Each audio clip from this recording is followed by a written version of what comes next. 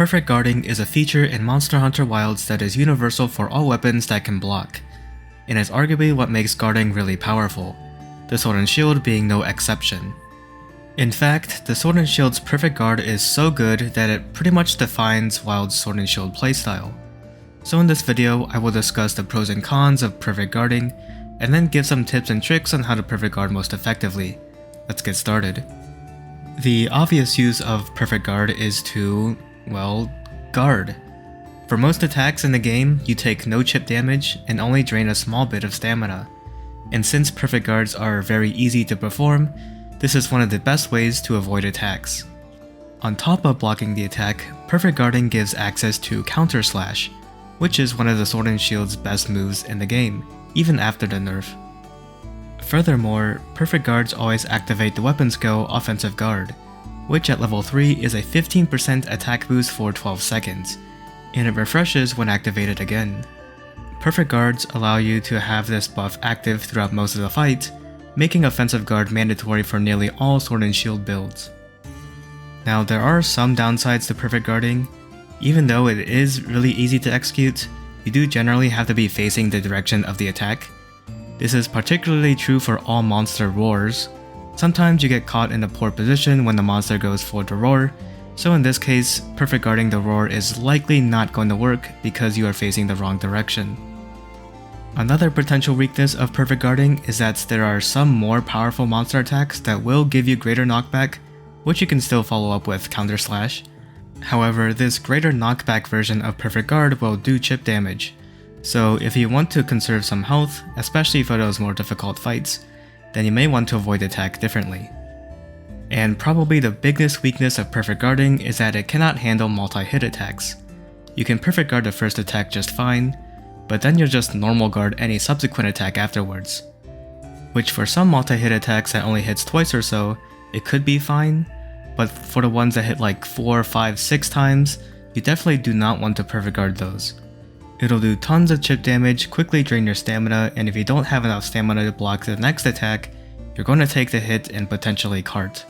In fact, if you can't avoid these kinds of multi-hit attacks otherwise, it's actually safer to just eat the first hit rather than perfect guard it. But even with those downsides, perfect guarding is still very strong, and is something you'll need to master if you want to improve your Sword and Shield gameplay. So the rest of this video is going to talk about how to perfect guard most effectively, and what moves you can follow up with.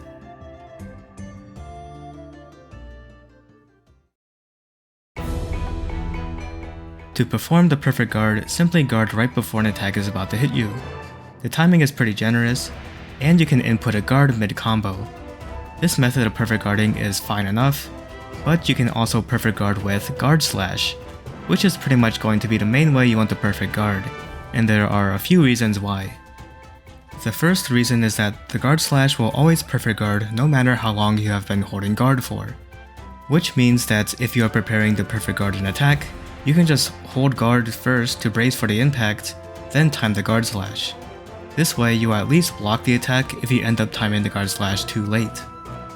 Second, rather than inputting R2 and circle simultaneously to perfect guard with guard slash, you can first hold R2 to guard, wait for like a quarter second or so, then press circle to guard slash. And this will drastically increase the timing window for perfect guarding, because in this case you are essentially extending the perfect guard frames from the initial guard with the guard slash. Third, a lot of moves combo nicely into guard slash. And on top of that, you can cancel the recovery frames of some attacks a little faster with guard slash as opposed to a regular guard. This is particularly true for moves like charge chop. And lastly, if the monster whiffs you as you are guard slashing, you can just follow up with a rising slash and continue your onslaught anyways. So yeah, if you haven't been perfect guarding with guard slash, I strongly suggest that you start doing so. So now that you know how to perfect guard, let's talk about what you can follow up with. The majority of the time, you'll simply be pressing triangle to perform the counter slash, which can be aimed in any direction. But there are some other strong options you can do after a perfect guard as well. For instance, you can backstep out of a perfect guard, which can be useful if the monster has a really quick follow-up attack. And if you haven't watched my backstep tutorial, I do recommend that you check that one out as well, as backstepping is still really good to learn. You could also perfect guard again if another attack is quickly coming your way. And also after perfect guard, you can tap left, right, or back on the left stick to do a step in that direction. Additionally, after performing one of these perfect guard steps, you can input triangle to counter slash, which again can be aimed in any direction. This is obviously going to be great for repositioning yourself so that you can land your counter slash on the monster's weak point. Just keep in mind that you cannot perfect guard step forward, but you do have the option to use sliding swipe instead, which does kind of fill in that role. Now to finish this video, I want to talk about two things that may happen while you are perfect guarding. The first thing is that you likely end up power clashing at least once, especially in a solo hunt. There's nothing too fancy about the power clash itself, but after you win the power clash, you can follow up with almost anything. And in particular, you can follow up with either Spinning Reaper or the powered up Charge Chop. The second thing that happens when trying to guard beam or stream type attacks like Graviosa's beam is a Stalwart guard.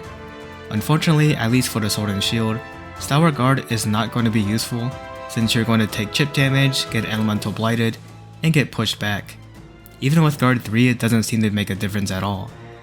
I guess if you have a teammate that's stunned and about to get blasted with a beam, you could go in and block the beam with your Stalwart guard, but the chance of even having an opportunity to do that is probably so slim I wouldn't even bother.